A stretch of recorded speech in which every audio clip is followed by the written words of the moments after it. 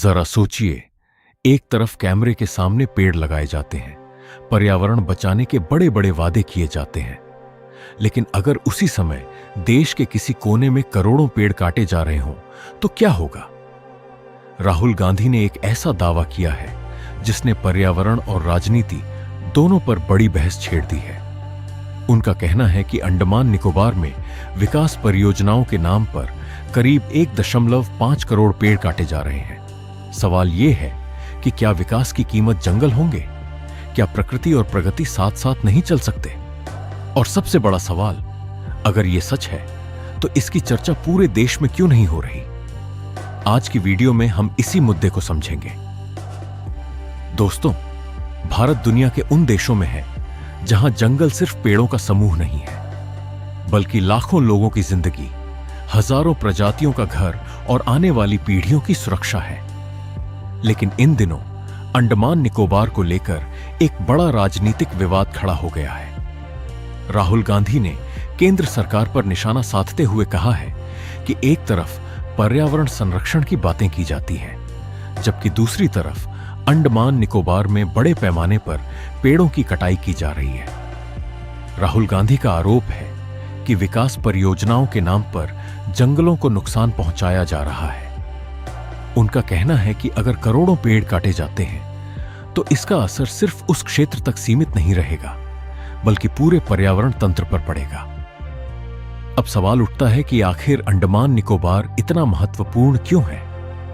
अंडमान निकोबार द्वीप समूह भारत की सबसे संवेदनशील प्राकृतिक संपदाओं में से एक माना जाता है। यहां घने जंगल हैं, दुर्लभ वन्य जीव हैं और कई ऐसी प्रजातियां हैं जो दुनिया में कहीं और नहीं मिलती। विशेषज्ञों का मानना है कि जंगल सिर्फ ऑक्सीजन देने का काम नहीं करते, वे जलवायु संतुलित रखते हैं, मिट्टी को बचाते हैं और प्राकृतिक आपदाओं के प्रभाव को कम करने में मदद करते हैं।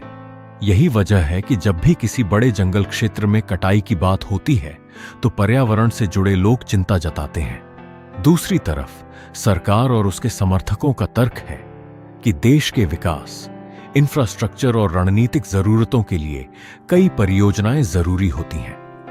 उनका कहना है कि विकास कार्यों के साथ साथ पर्यावरण संरक्षण के लिए भी कदम उठाए जाते हैं और जहां पेड़ काटे जाते हैं वहां नए पेड़ लगाने की योजनाएं भी बनाई जाती हैं। लेकिन राहुल गांधी इसी मुद्दे पर सवाल उठाते हैं। उनका कहना है कि सिर्फ पेड़ लगाने की तस्वीरें दिखा देना काफी नहीं है। असली सवाल यह है कि पुराने और प्राकृतिक जंगलों की भरपाई कैसे होगी, क्योंकि एक नया पौधा और सैकड़ों साल पुराना जंगल दोनों एक जैसी चीजें नहीं हैं। यही बात इस बहस को और गंभीर बना देती है। आज देश के सामने दो बड़े लक्ष्य हैं। पहला, तेजी से विकास करना। दूसरा, प्रकृति और पर्यावरण को सुरक्षित रखना। चुनौती यह है कि इन दोनों के बीच संतुलन कैसे बनाया जाए। अगर विकास के लिए जंगल खत्म होते हैं तो भविष्य में पर्यावरणीय समस्याएं बढ़ सकती हैं, लेकिन अगर हर परियोजना रोक दी जाए तो विकास की गति प्रभावित हो सकती है। इसी संतुलन को लेकर राजनीतिक दल एक दूसरे पर सवाल उठा रहे हैं। राहुल गांधी का यह बयान भी उसी बड़ी बहस का हिस्सा बन गया है। अब फैसला जनता को करना है कि वह इस मुद्दे को किस नजरिए से देखती है। क्या विकास के नाम पर जंगलों की कटाई उचित है?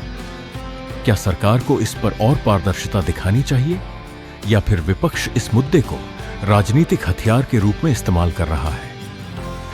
एक बात तो तय है दोस्तों, पेड़ सिर्फ लकड़ी नहीं होते, वे हमारी हवा, हमारा पानी और हमारे भविष्य की सुरक्षा होते हैं।